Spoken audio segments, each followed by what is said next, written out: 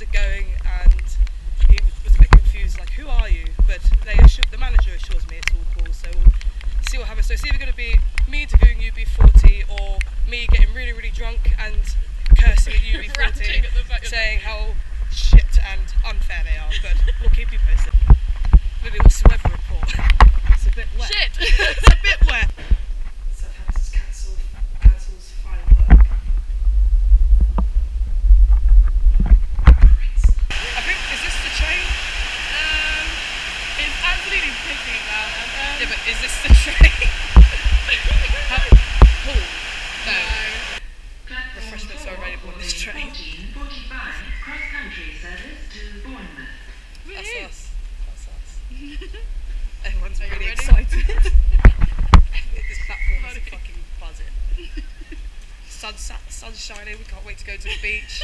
Sunbathe. Romantic little walk. Maybe let our dogs off the lead. Yeah. No, Oh, that's it's that just, one. it's just the one on the other side. It's, Oh, it's damn lying it. to us.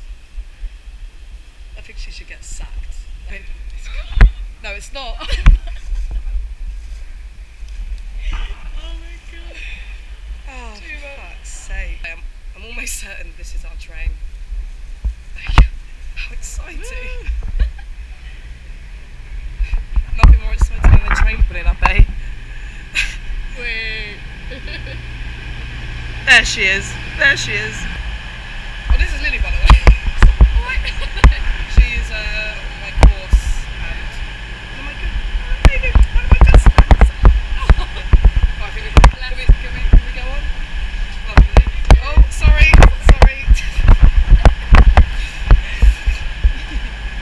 Yeah, Do you want a hand? Yeah, you got it. Lovely. Yeah. Go after you. I always talk about that I'm always paranoid, yeah.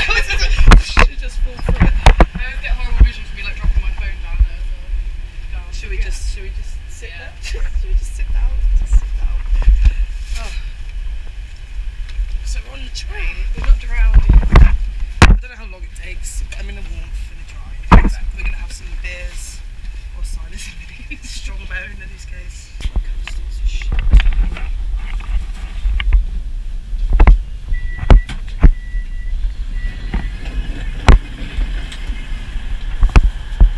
Watch that step.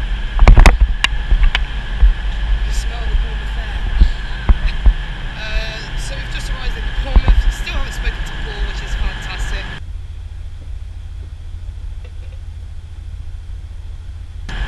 My coat stinks like shit. It smells like a charity shop has just had a tsunami and it's mixed into one massive smell and it fucking reeks. So yeah, maybe we'll just give Paul another call. Right, we've just had a missed call from Paul Hunter. Shock. 5:30. Alright, cool. I'll see you then, mate. Alright, bye. 5:30 is our time. Sweet. Fucking hell. So we're going to meet them at 5:30 and I feel like I'm going to throw up out of nervousness. So Lily suggested we go look at the squirrels and have a beer. I'm very, very nervous. Very nervous. So I'm just going to drink my beer and just shut up and stop talking about it, maybe? Yeah? Okay, cool.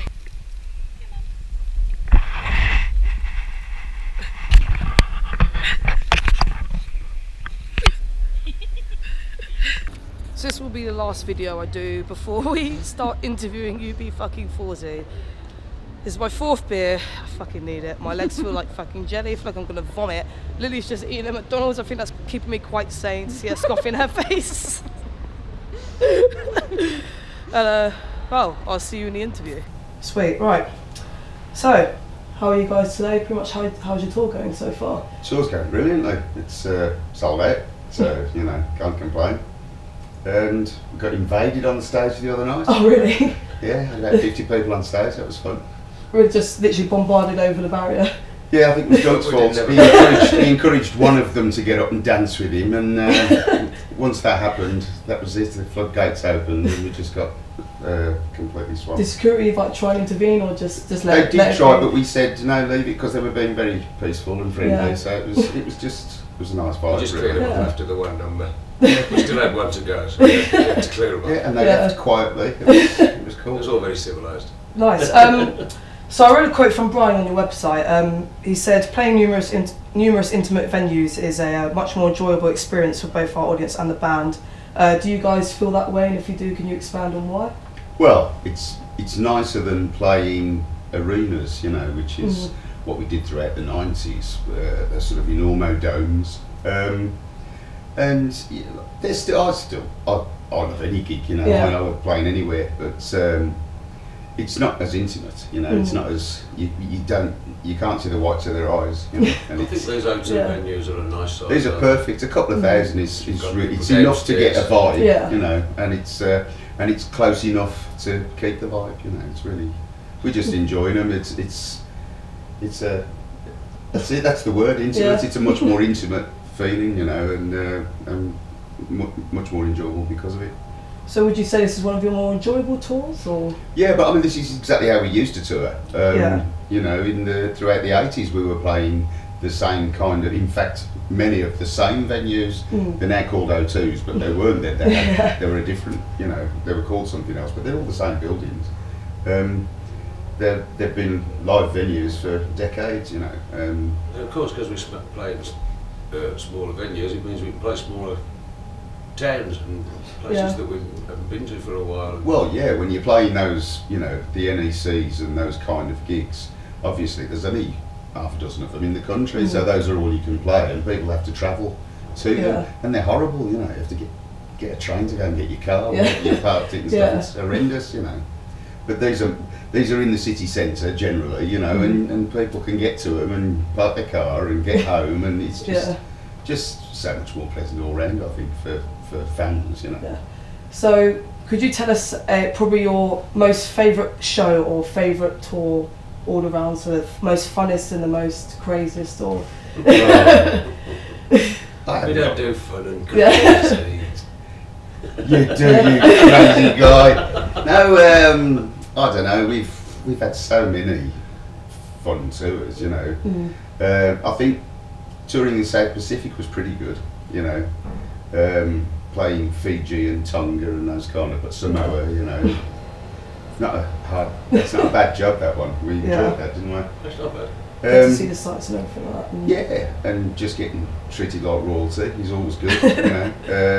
New Zealand, we always love going, you know, down the bottom, because they just treat us so well. We're honorary Marys, so we get treated well by the Marys, you know. It's that's one of my favourites. I love going to Hawaii as well for the same reason. The natives are wonderful. There's always new ones but, coming you know, up as well. We're supposed to be doing the Indian Ocean next year, so I'll tell you about it after that. I've done the Indian Ocean before, actually done. But yeah, we're going back again and playing the Seychelles, you know, and Mauritius and things like that. It's a dirty job, but somebody has to do it. And get out! Get out! Hang on, just jumping me back. But you know, there's always new places. We're hoping to go and do a tour of India. We're hoping to go and tour China. You know, there's always new goals, new places to go. There aren't that many places we haven't been to over the last 30 years, but you know, it's there's still a few, and we aim to get there at some point. Alright, so how do your recent shows compare to maybe your shows 20 years ago? Do you get maybe a different type of audience turning up, or has it literally just stayed pretty much the same?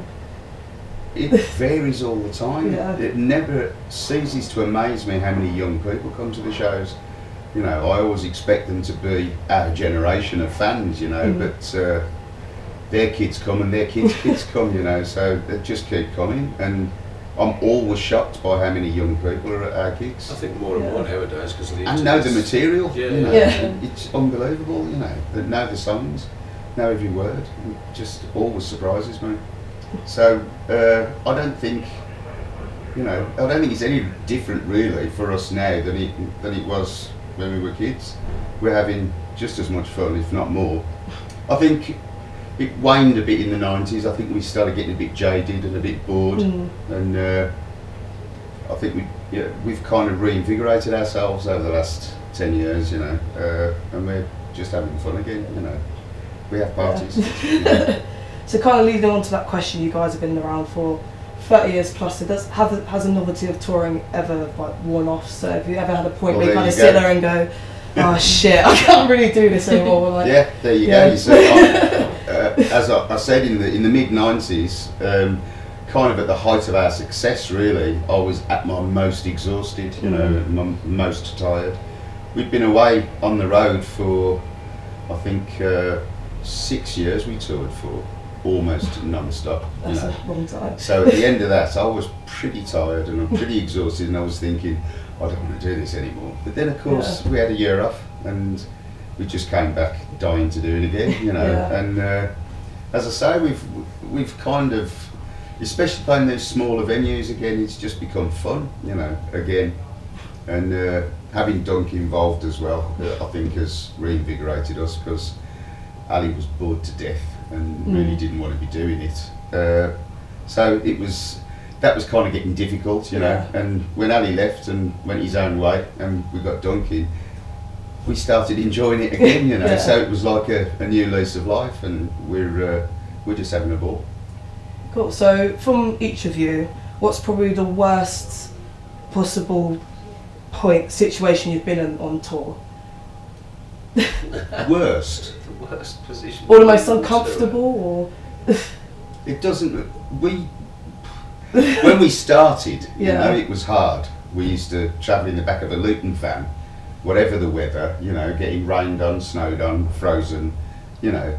But that was a long time ago. The worst thing that happens to us is we get bored. The worst. Waiting. Yeah, the worst thing is that, you know, your plane gets delayed, or you know, room service doesn't come. You know. I mean, you know, we have a great life. There's nothing really to get upset about, and bad things don't really happen to us. You know, we have a charmed life, and we get looked after beautifully, and it's very difficult to have a hard time when you're us, you know. Yeah, pretty much. So moving on from the touring, kind of going back to when you first started. So when you first formed, was there any specific reggae artists that influenced you, or was it kind of just the whole reggae scene in general, or any other artists, in fact, or any other genre? Well, very definitely Marley. Yeah. Seeing Marley in '76, playing live in Birmingham, made me want to be in a band. Yeah. That was almost a religious experience. As close as I ever got to a religious experience anyway. And yeah, it made me, we'd always talked about being in a band, we'd always sung as kids, and we'd always wanted to be a band, but when that happened, that made me decide that, you know, if the chance ever arose, then that was what I wanted to do. So I suppose that in that case, Marley's probably the greatest influence, but musically, all sorts of influences. Stevie Wonder, R&B. I thought we were going to be putting answers to the Jackson 5 myself. We did at one point say that we were going to be the Jackson 5, didn't we, when we were kids? Learning the dance moves and stuff. No, but you know, we always wanted to play black music, really, R&B. But you know, once we became reggae fanatics, which we did, there was never really a question of what kind of music was always going to be reggae. And when we formed the band, every reggae artist that was current was an influence. You know, we were just, all we were trying to do was be as good as any of them. You know, we just wanted to be as good as anybody who was making records. You know, we would copy Gregory Isaacs, or you know, Freddie McGregor, or Ken Booth, or John Holt, or whoever. You know, we just loved them all. Cool. So do you think reggae has developed for the better or the worse at the moment? Because obviously music always kind of changes, so do you kind of like what's out at the moment in the reggae scene, or do you not? When you get to my age, you get nostalgic, you know, and I still love the period that created reggae, you know, the late 60s, which was the Rocksteady period, when reggae was born. To me, no music has ever surpassed that. But having said that, you know, reggae's constantly changing, constantly evolving. Also constantly harking back to that period as well. So it's a cyclical thing, and there's always good bands around. You know, there's always bits where you think, you know, there's nothing new happening, and then suddenly something happens, and you go, oh yeah, we're all right. Reggae's still good. What do you think, Duncan? And it's, you know, it's influenced the world, hasn't it? Well, musically, yeah. you know. Yeah, I don't know that I know too much about modern reggae, to be fair. We do listen to a lot of old reggae, Yeah. you know, Yeah, all the time. Cool. Just to wrap things up, is there anything we can look forward to in the future, or any more side projects that are going on, or is it just literally touring and stuff? Well, we're always working on material and individually and so on, but we're hoping to get together in the new year and start work on some new stuff. That's in between touring. Yeah, in between two. We're really busy at the moment. We've got this tour, then we're in Germany up until Christmas, then we're in France after Christmas. There's talk of all sorts of stuff. Excuse me. That's all right. There's talk of America and South Africa and all sorts of stuff. So, you know, when we get the chance, we'll start working on something else. You know, but at the moment, we're still out promoting the current album. You know, and we'll keep doing that until the phone stops ringing, and then we'll go, great, let's get in the studio, you know. Cool. Well, that's all the questions I want. Very much. Well, thank you very much, guys. Appreciate it. It's very noisy. I don't know if you can hear me. We're trying to cross the road, but we just interviewed UB40 and it went fucking fantastic. Got lovely guys. They're really, really nice. Yeah. Got offered a beer. Lily's drinking it. Got offered a beer as well, and it just went perfectly. Shut up! Oh shit! Oh god! So yeah, so we're just buzzing off life. We're going to go talk to a few people in the queue. Who's at the front? Can you hear me? Hardcore fans! And okay, I might be a bit tipsy, but let's do this. Oh, is Audi closed? What time is it? That's- 6:30. You should have maybe said we were shopping at Audi. We're not shopping We'll at get Audi. Does it make sense to have one of these? Seems appropriate. It but seems If you're not in the mood for red wine. Red wine. Cheers. We'd like 2 of your lovely red wines, please. Could I also get? Do you have any packs of 10 menthols, or are they only 20s? Sorry, do you have like packets of 10 anything? Oh yeah. Could I get Sterling a pack of 10 menthols? You sure? Do you have my ID? How old are you? That is a good question. Right, we are walking to the line of UB40. We're just going to go ask some fans if they had one opportunity to say something to the band, what would they say? We'll ask people at the front of the queue because I think they're most dedicated. Yeah, they've been here since like Which 5:30. So, fucking hell, look at the queue.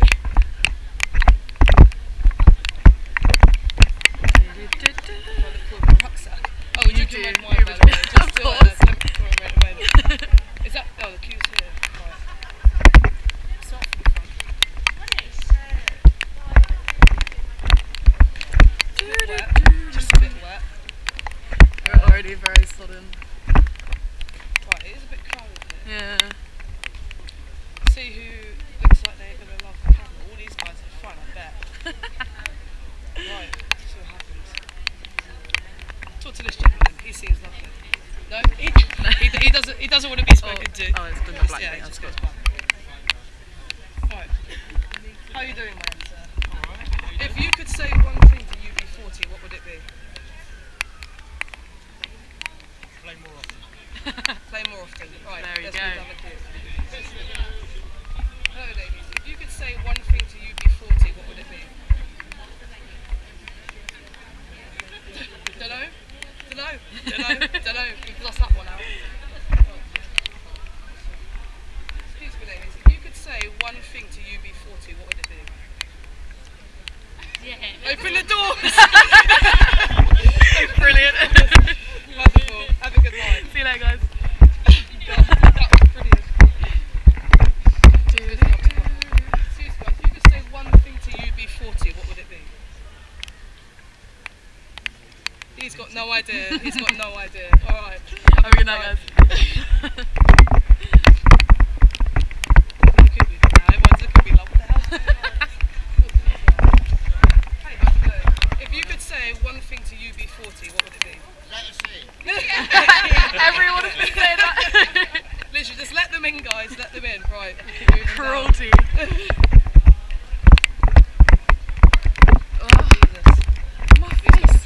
Is that a normal place to play football? Bizarre. How you doing, guys? If you could say one thing to UB40, what would it be? Silence. Silence. Sing some of the first album, Rhythm. What was that? Yeah, Rhythm album. Okay. Cool. Thanks, guys. I've got a backing singer right here as well. In the I'll let them making. know. I'll let them know. Some of the lyrics. Lovely. Well, cheers. Rhythm album. There we go, let us in. Can they let us in? It's raining. Yeah. And wheelchairs first. You wasn't the first to say that, don't worry. Wheelchairs are Everyone. supposed to go in first. That is true. That is true. Have you spoken to someone at the front? Or? There's no one to talk to, is there? That is true. You go on as someone to talk to. There's been people outside with umbrellas that are working for you. Yeah. If we see them, we'll have a word. We'll have a word. We'll have a word. We can find someone. How you doing? If you could say one thing to UB40, what would it be? Really looking forward to tonight. That's one word. But, excited. Excited? Yeah. Excited. Excited. Cool. Have a good night. See you later.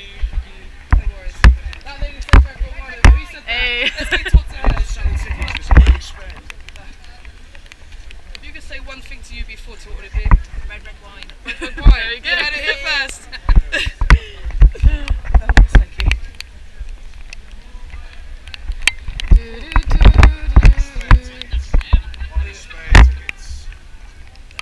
Have you got any spare? Afraid not? Excuse me, guys. If you could say one thing to UB40, what would it be? Come on. Come on. Come on. Come on. Come on. Lovely. Hey. I got you, babe. Yes. Thank you very much. Have a good night. See you later, guys. Awesome.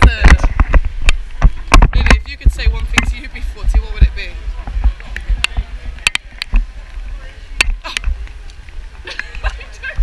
If I could say one thing to UB40, it would be red fucking wine.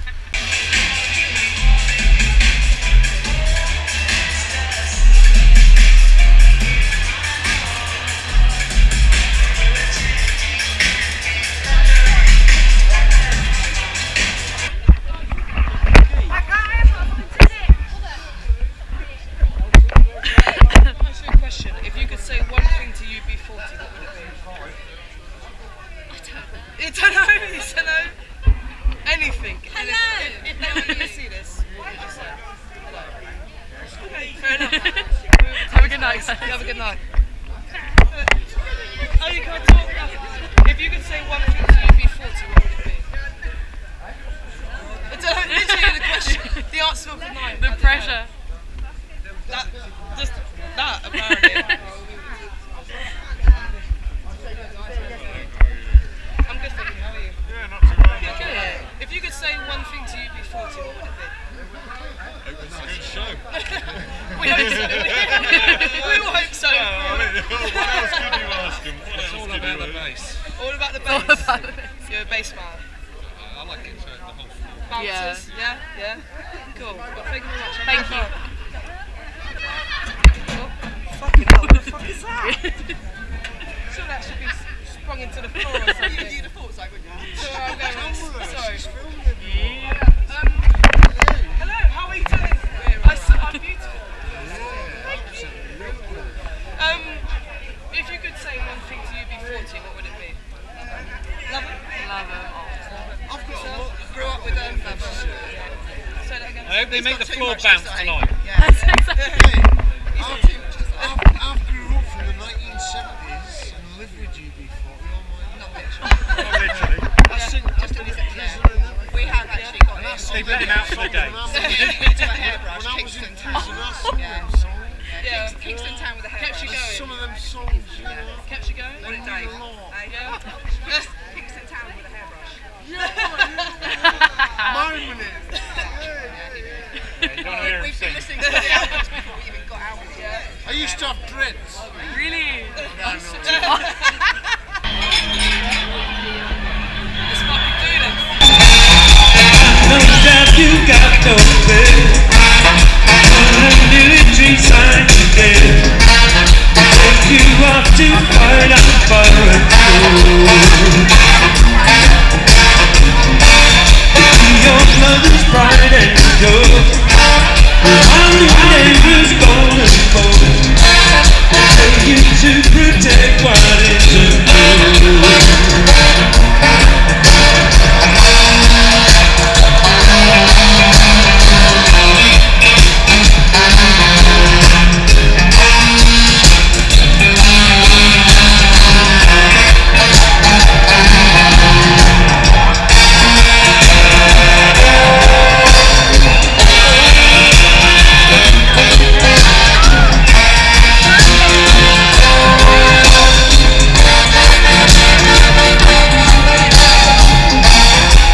Your mother's pride and joy. All the